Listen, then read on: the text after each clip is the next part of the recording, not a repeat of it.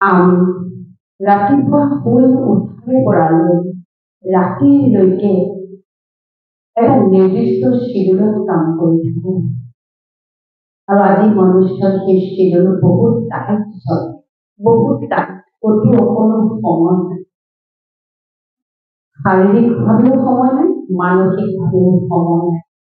কিন্তু তাৰ মাজতে শৰীৰৰ কাম কৰি কৰি কৰি আমি ৰাতিপুৱাৰ পৰা ৰাতিপুৱাইও কিন্তু ক'ৰবাত মন মগজু ক'ৰবাত ৰখি যায়, সি আৰু আগলৈ নাযায়, হয়নে বাৰু? যদি সেই তাহানি এসপ্তাহ আগত কোনোবাই কিবা এটা কৈছিল, কোনোবাই কিবা এটা ভাল নলগা শুনোৱাই দিছিল, কোনোবাই মোক অভাৰটেক কৰি গুচি গৈছিল, কোনোবাই কিবা এটা ভাল কাম কৰিছিল, অকণমান ক'ৰবাত ঈৰ্ষা মোৰ হৃদয়ত আহিছে নেকি গম নাপাওঁ। ব্ৰাহ্মণৰ ইণ্টাৰেষ্টিং কথাটো হৈছে যে আমি ডাঙৰ ডাঙৰ বিকাৰকেইটা বাবাক লগ পোৱাৰ প্ৰায় এমাহ দুমাহতে আমি সেই বিকাৰকেইটাৰ পৰা আমি সাৰি পেলাইছোঁ, আমি মচি দিছোঁ, ত্যাগ কৰিছোঁ। কিন্তু যিকেইটা আমাৰ সংস্কাৰ ৰূপে, এইটো জানো মোৰ সংস্কাৰ নহয়? আমিতো ইয়াৰ শৰীৰ সলাই সলাই আহি আছো নহয় জানো? কিন্তু আমিতো সংস্কাৰ লগত লৈ আহিছোঁ আৰু সেই সংস্কাৰ সূত্ৰে বহুত বিকাৰ অকণ সূক্ষ্ম সূক্ষ্ম ৰূপত ভিতৰত একেবাৰে প্ৰয়োজনাস হৈ পেলাই সোমাই আৰু সি কেতিয়া জাগ্ৰত হয়? সেইবাবে বাবাই কৈছে যে তুমি স্বদৰ্শন চক্ৰধাৰী হোৱা। যেতিয়ালৈকে স্বদৰ্শন কৰিব নাজানি যে মোৰ কিয় বাৰু অমুকটো কথাত অকণমান ইৰিটেশ্যন আহে, কিয় খং উঠে, কিয় অকণমান ঈৰ্ষা জাগ্ৰত হয়, একো ডাঙৰ কথা নহয়, মনুষ্যৰ হৃদয়ত হ'ব পাৰে নহয়, হয় আমাৰ হৃদয়ত সৰু সৰু সূক্ষ্ম সূক্ষ্ম এইবিলাক ভাৱৰ উদয় হয়। কিন্তু সেই সময়তে আপুনি যদি আপোনাৰ ডক্তৰ নহয়, আপুনি যদি बाबा पूछे क्यों क्यों हो रहा है मेरा ऐसा वैसा, बाबा के पास जवाब नहीं है। बाबाई কৈছে जवाब তোমাৰ হাতত আছে। আমি সেই পৰমা পৰম সৌভাগ্যশালী আত্মা, সেই সৌভাগ্যশালী দেৱ দেৱতা, যাৰ দ্বাৰা সত্য নিৰ্মাণ কৰাৰ বাবাই এজেণ্ডা প্লেন বনাইছে। আছেনে আমাতকে সৌভাগ্যশালী পৃথিৱীত আৰু কোনোবা? নাই নহয়, কোনোৱেই নাই। গতিকে 3 মাহ আমি আজিৰে পৰা 3 মাহ এটা প্ৰেক্টিচ কৰিম। ডেফিনেটলি আপোনালোকে খুব সুন্দৰ সুন্দৰ প্ৰেক্টিচ কৰিছে, ৰাতিপুৱা 6 মান লৈছে, সংকল্প লৈছে, বহুত সুন্দৰভাৱে শ্ৰীমত পালন কৰিছে, ৰাতিপুৱা অমৃত বেলা বিহুবিৰ পৰা আৰম্ভ কৰি ট্ৰেফিক কণ্ট্ৰল, নমাস্থান, ৰাতি পোকামে লিখা সকলো ক্লিয়াৰ কৰিছে। ক'ৰবাত নহয় ক'ৰবাত আমাৰ অকণ দুখ, অকণ ক'ৰবাত কিবা আছে, অপ্ৰাপ্তি আছে নহয়? গতিকে সেইকণ নোহোৱা কৰিবৰ কাৰণে আহক 3 মাহ আমি কেৱল তপস্যা কৰোঁ, কেৱল তপস্যা। আৰু এই তপস্যাৰ গহ্বৰত, এই তপস্যাৰ জ্বালামুখী, বাবাৰ জ্বালামুখীত আমি যেতিয়া নিজকে দহন কৰিম, লাহে লাহে ভিতৰৰ সেই সূক্ষ্ম সূক্ষ্ম প্ৰয়োজনত যিবিলাক জৰ্মছ সোমাইছে, ভাইৰাছ সোমাই আছে, সিও লাহে লাহে নোহোৱা হৈ আহিব। তাৰ বাবে কিন্তু 3 মাহ কেৱল এক বাবা দুজা নাকৈ, এক বাবা আৰু দ্বিতীয় মোৰ জীৱনত কোনোৱেই নাই, এইটো কিন্তু আমি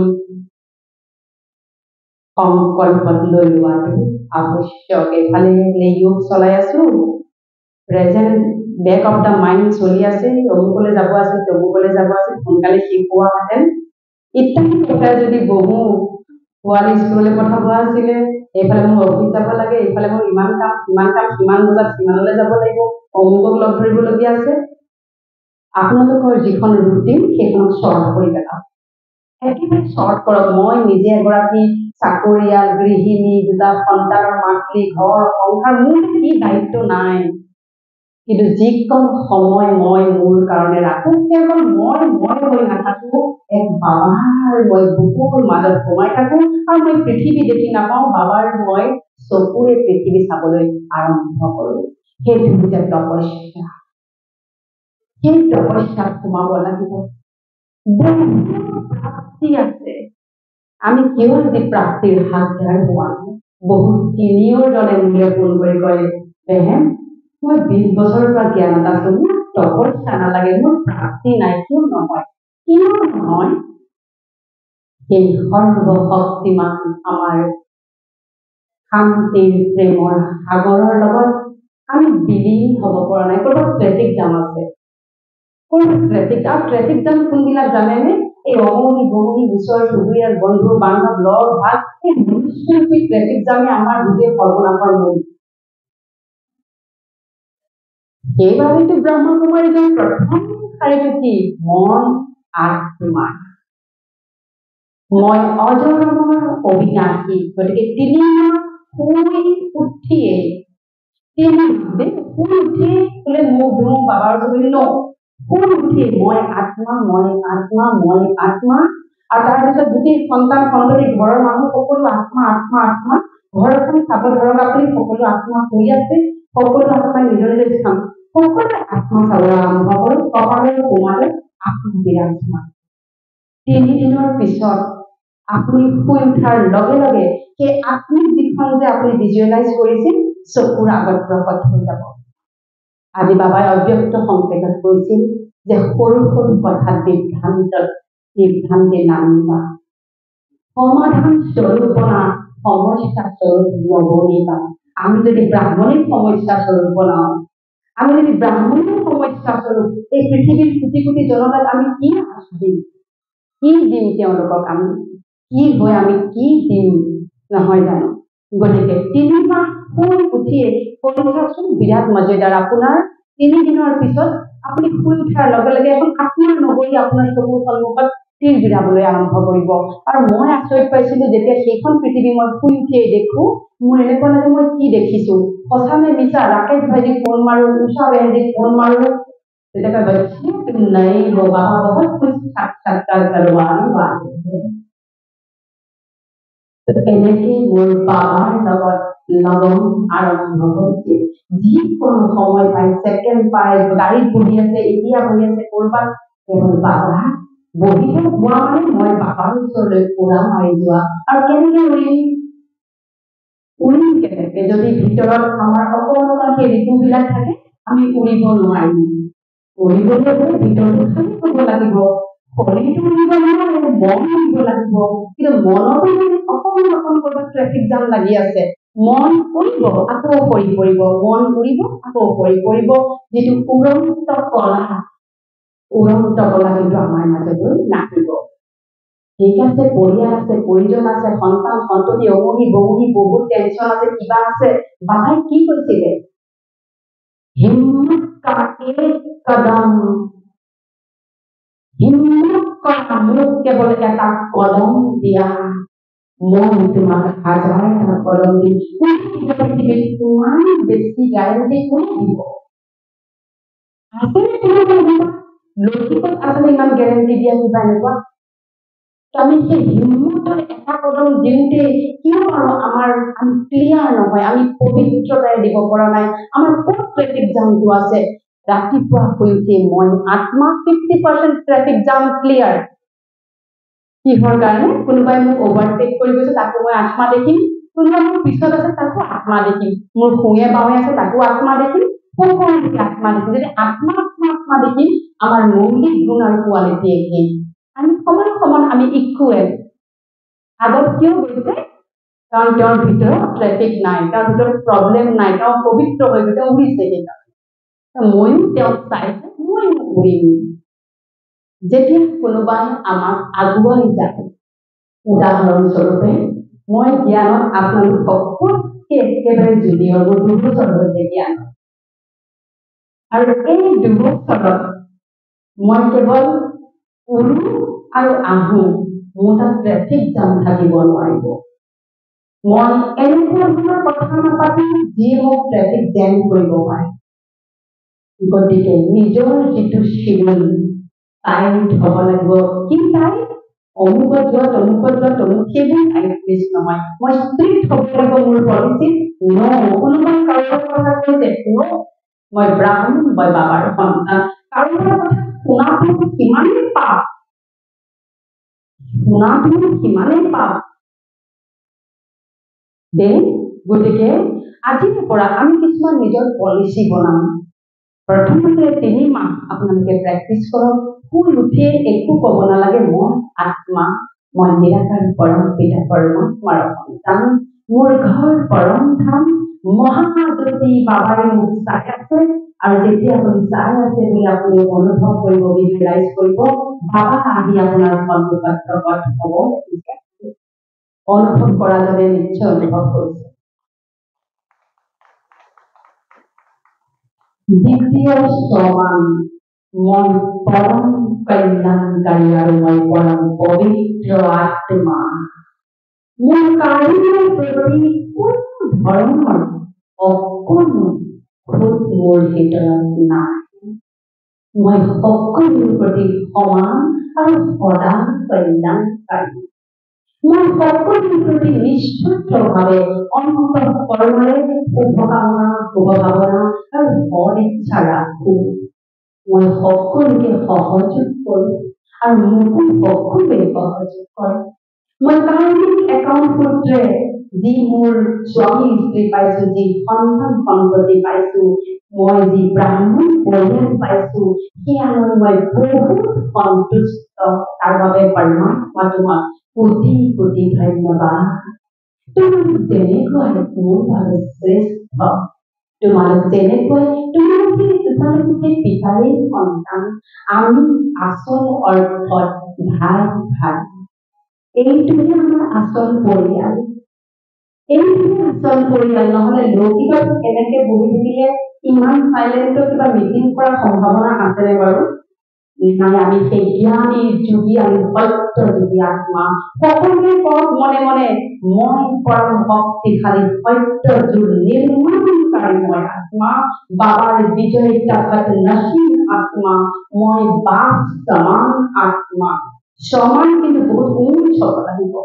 সমান যিমান উচ্চ হ'ব, যিমান উচ্চ হ'ব, সিমানেই বাবাৰ সমীপলৈ যাব। মই মাজতে এটা অনুভৱ কৰিছিলো, যেতিয়া মই মেডিটেশ্যন ৰাতিপুৱা অভিজ্ঞতা আছিলো, তেতিয়া মই বাবাৰ ওচৰত সদায় ষ্টাৰ হৈ থাকো, বাবাও ষ্টাৰ হৈ থাকে। এখন শান্ত মহাসাগৰৰ এখন পৃথিৱী, পৰম ধামত এটা টিমাটি হৈ ষ্টাৰ গৈছে, গৈ বাবাৰ ওচৰত পৰিছে। মই বাবাক অনুভৱৰ বুলি, বাবা ये कौन है?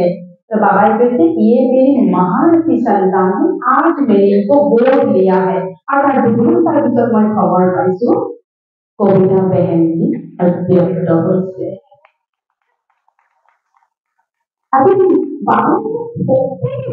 থাকে মই যেতিয়া বাবাৰ লগত অনুষ্ঠানত বহো, এদিন গুলজাৰ দাদী বাবাই মোক সূক্ষ্ম বদনত মোক তাজ পিন্ধাইছে, হাতত কমল দিছে, পুষ্প দিছে। বাবা মোক सजा रहे हो, कहाँ कोई है? तो बाबा कहते तुम मेरी सत्य निर्माण करना हो, तुम्हें इस धरती पर बहुत लोगों बाबा की परिचय देनी है। जो दुख में तड़मगाती हुई आत्माओं को तुमको उनकी प्यास बुझानी है। तो मैंने बोला अच्छा बाबा ठीक है कर लूंगी, लेकिन मुझे आपकी बाजू में ही रहना है। तो बाबा बोलते हैं बच्चे हम हमेशा तुम्हारी बातों में ही रहते हैं। तो এনেকুৱা ৰিলেশ্যন কৰিব লাগিব বাবাৰ লগত। মোৰ কোৱাৰ ভাষাটো হৈছে বাবাৰ লগত ৰিলেশ্যন বনাওঁ। সেই অনুমতি গৌৰী আমুক আমুকৰ ৰিলেশ্যন বনাই একো লাভ নাই পৃথিৱীত। চব বাদ দিয়ক, কিন্তু দায়িত্ব কাৰ্মিক একাউণ্ট সূত্ৰে যি দায়িত্ব লৈ আহিছো, সেই দায়িত্বটো 100% আমি নিভাব লাগিব, নহয় জানো? গতিকে ঘৰখন মন্দিৰ মছজিদ গীৰ্জা তীৰ্থস্থানলৈ ৰূপান্তৰ কেনেকে কৰিব? একেবাৰে ইজি। ৰাতিপুৱাই শুই উঠি মই আত্মা, মই পৰম শক্তিশালী মহাজ্যোতি, মোৰ শিৱ পিতাক মই মোৰ ঘৰলৈ আমন্ত্ৰণ জনাইছো। অ পিতা, তুমি আহা, মোৰ এই ঘৰত তুমি অৱতৰণ কৰা। কবচোন 21 দিনৰ পিছত সেই ঘৰখনৰ ভাইব্ৰেশ্যন এটা বেলেগ ধৰণৰ ভাইব্ৰেশ্যন হ'বলৈ আৰম্ভ কৰিব। মানুহে সোমাই আপোনাক সুধিব কি আছে বাৰু ঘৰখনত। আৰু ইণ্টাৰেষ্টিংলি আজি কওঁ, মোক যিসকলে ইণ্টাৰভিউ ল'বলৈ আহে, প্ৰত্যেকেই মোৰ ঘৰত সোমোৱাৰ পিছত তেওঁলোকে কোৰ্চ কৰিবলৈ আৰম্ভ কৰে। কি আছে ইয়াতে, কিবা এটা নিশ্চয় আছে।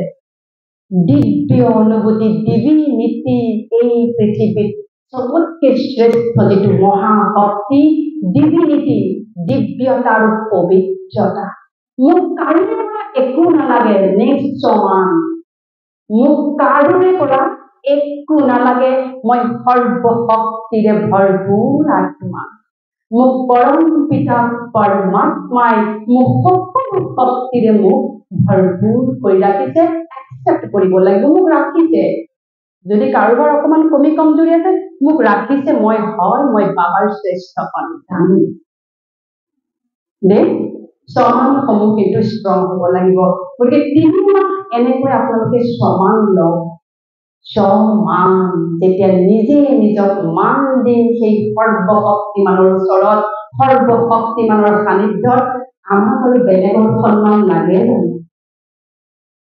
জানো নালাগে আৰু আমাৰ ব্ৰাহ্মণৰ কিন্তু এটা সদায় সংকল্প থাকিব লাগে যে আমাৰ পবিত্ৰতাই হৈছে আমাৰ সৰ্বোচ্চতম শক্তি পবিত্ৰতা মানে দিনটো 10 বাৰ গা ধোৱাৰ কথা কোৱা নাই পবিত্ৰতা মানে 10 বাৰ মাতিবলৈ গৈ 10 বাৰ গা ধুলে that is not called পবিত্ৰতা যে পবিত্ৰতা বহুত মেইনটেইন কৰিব লাগে আমি হয় না মাতাসকল বহুত কৰি বাবাই কি কৈছে तुम मेरी राजा बच्चे हो सोफे में बैठो आराम से बैठो मुझे याद करो হয় না বাবু গতিকে সেই পবিত্ৰতা বাদ দিয়ক আমি ৰাজা বাবাৰ প্ৰিন্সেছ আমি কোন হয় বাবাৰ বিজয় ৰতন আত্মা নেক্সট সমান মই বিঘ্ন বিনাশক আত্মা বহুত ইম্পৰ্টেণ্ট আপোনাৰ দ্বাৰাই পৰিয়ালৰ লগতে চুবুৰীৰ বিঘ্ন যি বিঘিনি আহিব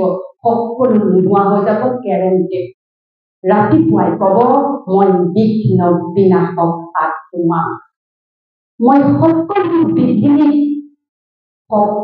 বিঘিনিক মই পজিটিভলি লওঁ কিয় মই যি দি থৈ আহিছিলোঁ সেই মোৰ শৰীৰ উভতি আহিব মোক অমুকে ঈৰ্ষা কৰিছে এনেই কৰা নাই মই ক'ৰবাত ভুল কৰি থৈ আহিছিলোঁ মোৰ কথা কোনোবাই বেয়া চৰ্চা কৰিছে মই চাগৈ কৰিছোঁ চাগৈ নহয় সঠিককে মই কৰি থৈ আহিছিলোঁ হয়নে বাৰু আৰু এটা কথা ইণ্টাৰেষ্টিং হৈছে ব্ৰাহ্মণৰ মাজত কিন্তু কাৰ্মিক একাউণ্ট বহুত বেছি কাৰ্মিক একাউণ্টৰ ফ্ৰিকুৱেঞ্চি কিন্তু ব্ৰাহ্মণৰ মাজত বেছি এই যে আমি গোটেইখিনি বহি আছো আমাৰ সকলোৰে এজনে আনজনৰ লগত কাৰ্মিক একাউণ্ট আমি খানুৰ খাই আছো যে গতিকে কাৰ্মিক একাউণ্ট মানেতো আপোনালোকে জানে যে আমি যোগে যোগে শৰীৰ ফলাইছো যি শৰীৰত যি সংস্কাৰ বেছিকে পুহি ৰাখিছিলোঁ আত্মাই শৰীৰে দিলে সেই ৰেকৰ্ড চিঠিখন লৈ আত্মা আহি পেলাই এয়া দেহত প্ৰৱেশ কৰিছে আৰু দেখোন অকস্মাতে কাৰোবাক বেয়া লাগে অকস্মাতে কাৰোবাক দেখিলে ভাল লাগে কিয় লাগে মই না চিনিও নাপাওঁ না জানিও নাপাওঁ কিয় ভাল লাগে তেওঁক দেখি পেলাই তাৰ মানে তাতে আমাৰ মিলা মিছা হৈছিল এতিয়া গৈছে আমি আত্মাৰ আঘাত পাওঁ ফ্ৰিকুৱেঞ্চিটো আমি কেচ কৰিব পাৰোঁ যে তুমি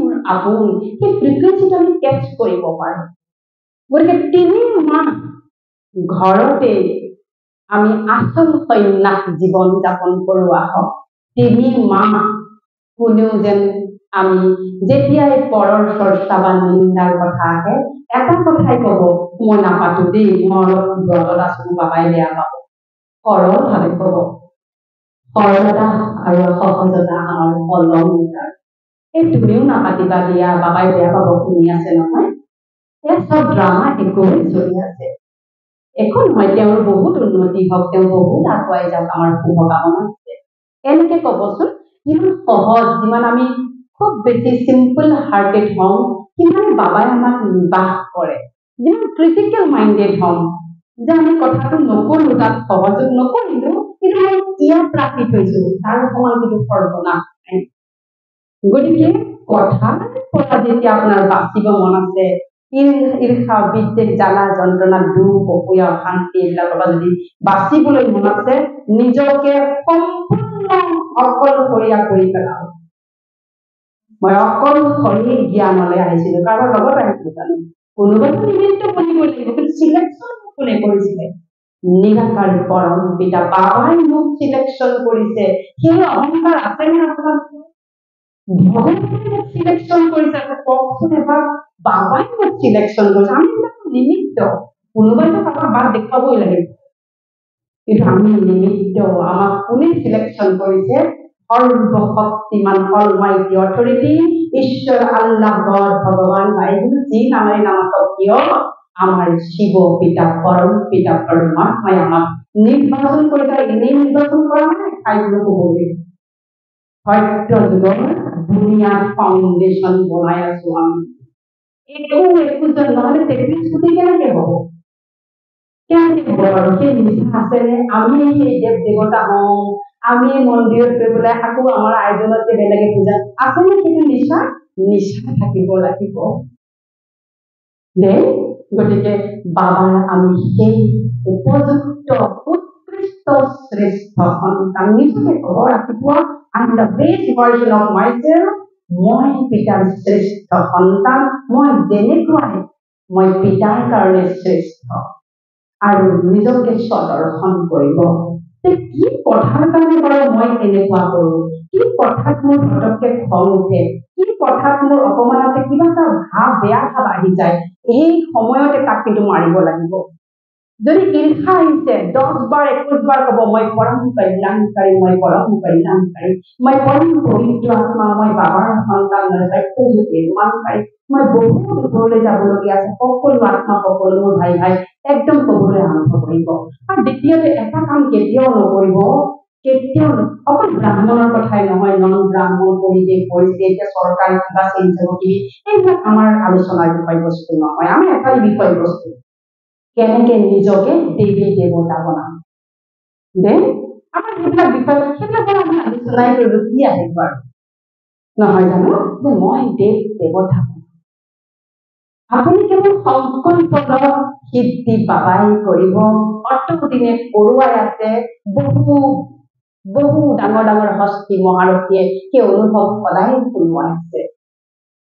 গতিকে সমান সংকল্প সমাধান স্বৰূপ প্ৰত্যেকটো পৰিস্থিতিৰ সমাধান আপোনাৰ হাতত আছে, 100% আছে। সন্তানে কথা নুশুনে, অস্থিৰ, কিবা উৎপাত কৰে, 21 দিন ৰাতিপুৱা শুই উঠি মই আত্মা সন্তানলৈ চাই, তুমি পৰম পবিত্ৰ, তুমি নিৰাকাৰ পৰমাত্মাৰ সন্তান, তুমি স্থিৰ, তুমি শান্ত, শান্তি আৰু স্থিৰতা তোমাৰ স্বধৰ্ম, শান্তি তোমাৰ ব্যক্তিত্ব, শান্তি তোমাৰ জনহিত অধিকাৰ। তাতকে বেছি একো নালাগে। 21 দিন তেনেকে ভাইব্ৰেশ্যন দিয়ক, খানা বনাওঁতে দিয়ক, ভোগ লগাও, ভোগ লগাই যদি 21 দিন খাদ্য খোৱাই, সেই সন্তান দেৱতালৈ ৰূপান্তৰ হ'ব। আৰু এয়া চলি আছে, এয়া চলি আছে, এয়া প্ৰেক্টিকেল শিক্ষাত আমি ইমপ্লিমেণ্ট কৰোৱাই আছো। কেৱল কিন্তু কি লাগিব জানেনে? অকণমান মানে ট্ৰেফিক লেট, মানে ক্লিয়াৰ ৰাস্তা লাগিব বাবাৰ ওচৰলৈ যাবলৈ ৰাতিপুৱা। সেইখিনি আমাৰ কেৱল অকণমান ট্ৰেফিক জাম হৈছে। এতিয়া ব্ৰাহ্মণ বাঢ়িব, বাবাৰ অব্যক্ত মুৰলীত বাবাই কৈছে, যেতিয়া ব্ৰাহ্মণ বাঢ়িব, ইমান ব্ৰাহ্মণৰ সংখ্যা বাঢ়িব যে মিক্স ভাইব্ৰেশ্যন এটা অনবৰতে চেণ্টাৰতে মিক্স ভাইব্ৰেশ্যন এটা ক্ৰিয়েট হ'বই। কাৰণ আজি আহিব, কালি আহিব, বহুত ব্ৰাহ্মণ বাঢ়িব। আমাৰ কাম কি? যিখিনি ইতিমধ্যে বাবাক পালো, তাৰ কাম কি? সেই দুখত, সেই যন্ত্ৰণা পীড়া, সেই দুখ হতাশাত জৰ্জৰিতজন যেতিয়া বাবাৰ ওচৰলৈ আহিব, মোৰ ওচৰলৈ আহিব, তেওঁ যেন মোৰ ভাইব্ৰেশ্যনৰ ফ্ৰিকুৱেঞ্চি যেন 50% একেবাৰে তেওঁ যেন সমাধান পায়, তেওঁ যেন সেই দুখৰ পৰা 50% হালকা হৈ যায়। সেই আপোনালোকৰ ধৰণে পচিবল, কেৱল য়োগৰ যিটো আমাৰ যুগৰ যিটো তপস্যা, যিটো আমাৰ সংকল্পৰ আমাৰ সময় বঢ়াব লাগিব। যিমান য়োগী হ'ব, সিমানে আপোনাৰ ফ্ৰিকুৱেঞ্চি বহুত দূৰলৈকে যাব। এতিয়া আমি কেৱল কৰিব লাগে কাৰণে কেতিয়াবা কৰো, দৌৰা দৌৰি, মুৰলী আৰু মুৰলী, শ্ৰীকৃষ্ণৰ মুৰলীৰ বাহিৰ সেই গোপীসকলে দহু বন কাটি কৰি একেবাৰে উৰা মাৰিছিল তেওঁৰ ওচৰলৈ। কি আছিল বাৰু সেই মুৰলীৰ বাণী? কি আছিল বাৰু যি মুৰলী শুনিবলৈ আমি সকলোৱে ৰাতিপুৱা সোনকালে উঠি কাম বন শেষ কৰি চেণ্টাৰলৈ সকলোৱে আহোঁ? কি আছে সেই মুৰলীৰ বাণী? শান্তি, জ্ঞান, আনন্দ, প্ৰাপ্তি, প্ৰেম, সফলতা, দিব্যতা, সন্তুষ্টতা আৰু যে কতকি ৰত্নৰে ভৰপূৰ সেই জ্ঞান মুৰলী।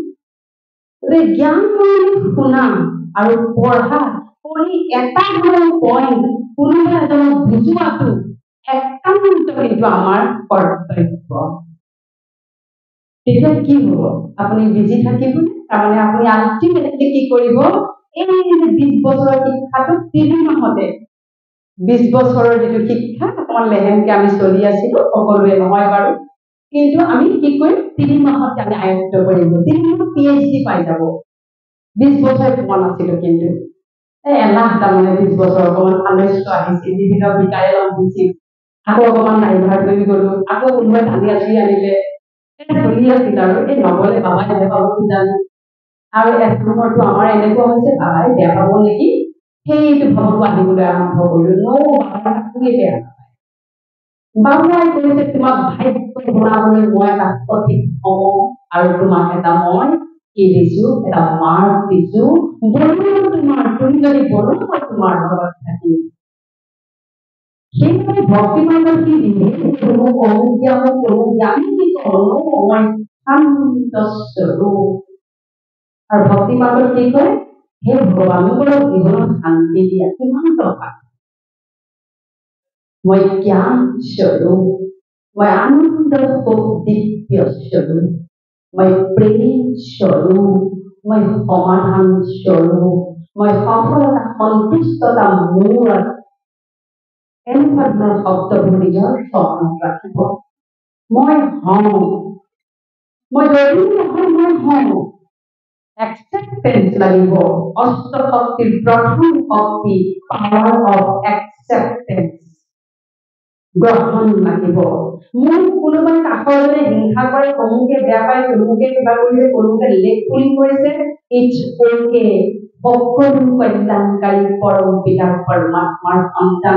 আপোনাৰ যদি পবিত্ৰ ভাইব্ৰেশ্যন যায়, তেওঁ সলনি হবলৈ 2 ছেকেণ্ড নালাগিব। এয়াইতো মেজিক। সেইকাৰণে মই ব্ৰহ্মকুমাৰীৰ শিক্ষাক বিভিন্ন ইণ্টাৰভিউত মেজিকেল শিক্ষা বুলি কওঁ। মেজিকেল মানুহৰ পৰিৱৰ্তন আমি কৰাব পাৰো। কিহৰ দ্বাৰা? ভাইব্ৰেশ্যনৰ ফ্ৰিকুৱেঞ্চি। ভাইব্ৰেশ্যন মানে শক্তি। গতিকে আই মাতৃসকল আৰু ভাইসকলেও ৰাতিপুৱা শুই উঠি আপোনালোকে সমান প্ৰথম সমান, কিন্তু মই আত্মা, আমাৰ যি স্বৰূপ, সেই স্বৰূপত স্থিত প্ৰথমতেই হ'ব লাগিব। নহলে যিমানেই সমান নলওক কিয়, দেহ ভান থাকি যাব, দেহ ভান থাকি যাব। সেইবিলাকৰ মুখ মনলৈ আহিব, যাৰ কথা অনৰ্গল চিন্তা কৰি থাকো তাৰ কথা মনলৈ আহিব। কাৰণ সাম্প্ৰতিক সময়ত পৰিৱেশ বাহিৰত আৰু কিছু অশান্তি হবলৈ গৈ আছে, সেইবিলাকেও আমাক কিন্তু এটেক কৰে। আৰু ব্ৰাহ্মণক সোনকালে টাচ কৰে। যদি ব্ৰাহ্মণে শ্ৰীমত ঠিকমতে পালন নকৰে, ব্ৰাহ্মণক কিন্তু ডাইভাৰ্ট কৰে। আমি দেখাতে ইমান ডাঙৰ ডাঙৰ মনুষ্যৰ কৰি লৈ আছো। আমি কোন? বাবাৰ সেই চিঠিলাদে সৰু সৰু বাচ্চা, যেনেকে ভাইজিয়ে কলে, আমি সকলো বাবাৰ বাচ্চা নহয় জানো?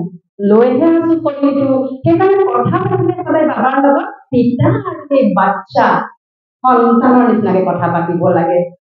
বাবা মোক বাবাৰ লগত অভিমান কৰিলো, বাবাৰ লগত, কিন্তু বাবাই অবিচ্ছেদ্য 5টা কিউ কথা কৈছিল। লাইন মানে কিউ, কুৱেশ্যনৰ লাইন লাগে।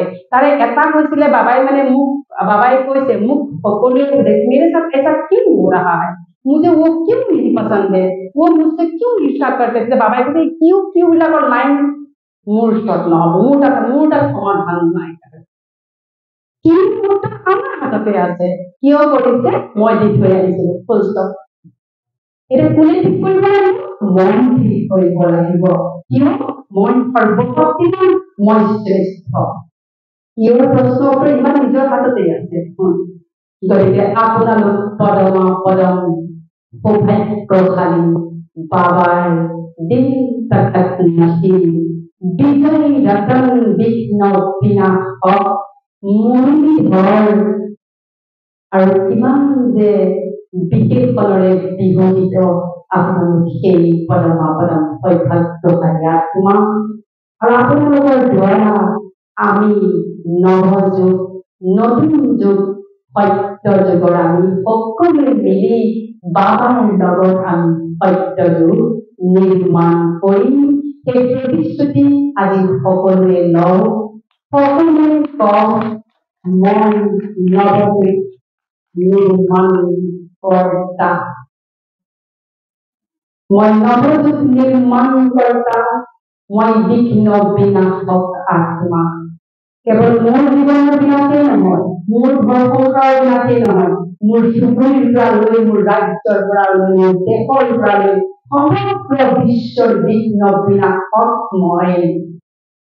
মই বিশ্ব কল্যাণকাৰী আত্মা মই ভাৰতক বিশ্বগুৰু হোৱাৰ যাত্ৰাত মই পূৰ্ণ অংশীদাৰ হ'ম দেই সমান কিন্তু উচ্চ হ'ব লাগিব আৰু যেতিয়াই মন দুৰ্বল হয় যিকোনো কথাত মন বেয়া লাগিব পাৰে বিভিন্ন কথা তেতিয়াই ইমিডিয়েটলি বেছি দিগদাৰ লাগিলে বাবালৈ চিঠি লিখক আৰু চেষ্টাটো তুমি নিজেই কৰক কাৰোলৈ থৈ নিদিব কোনোবাই চেষ্টা কৰিব বিচাৰে নিজৰ যিমানেই ডাঙৰ পৰিস্থিতি যিমানেই ডাঙৰ বিঘ্ন নহওক কিয় মই আছো নহয় মই সমাধান মোৰ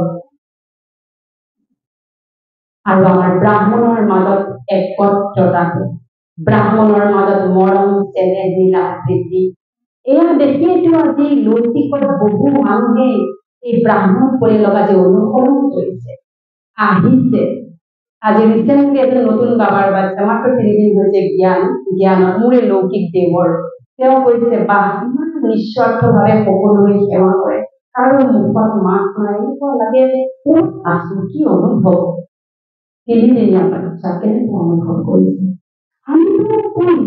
আমিতো বাবাই আমাক বিশ্ব কৰ্ম বনাব আমি বিশ্ব নিৰ্মাণ কৰ্তা কিন্তু আমাৰ ভাৱনা কিমান উচ্চ হ'ব লাগিব কেৱল ভাৱনা বাবাই ভোগ কি চাই বাবাই ইয়া নাচায় আৰ দাল চাवले আৰ পনীৰে দিয়া বাবাই চাই শুদ্ধ ভাৱনা এটা যদি ফুলো দিওঁ ভোগ অকমান যদি চেনি বা গুড়ো দিওঁ সেয়াও ভাৱনাটো চাব বাবাই ভাৱনা চেক কৰে দিশ চেক নকৰে গতিকে ঘৰত সময় যদি নাথাকে প্ৰত্যেক দিনাই ভোগ লগাও এদিন লগাও বাবার সর্বহ সূক্ষ্ম বদনত যাও পরম ধাম যাও তার পিছত ভোগ বাবা স্বীকাৰ কৰি বাবাই আপোনাকো ভোগ স্বীকাৰ কৰোৱাব এই ভাৱনাৰে আহি মুখ্য খাদ্যৰ লগত মিলাই ঘৰৰ সকলোকে খুৱাওক আমাৰ প্ৰথম যাত্ৰা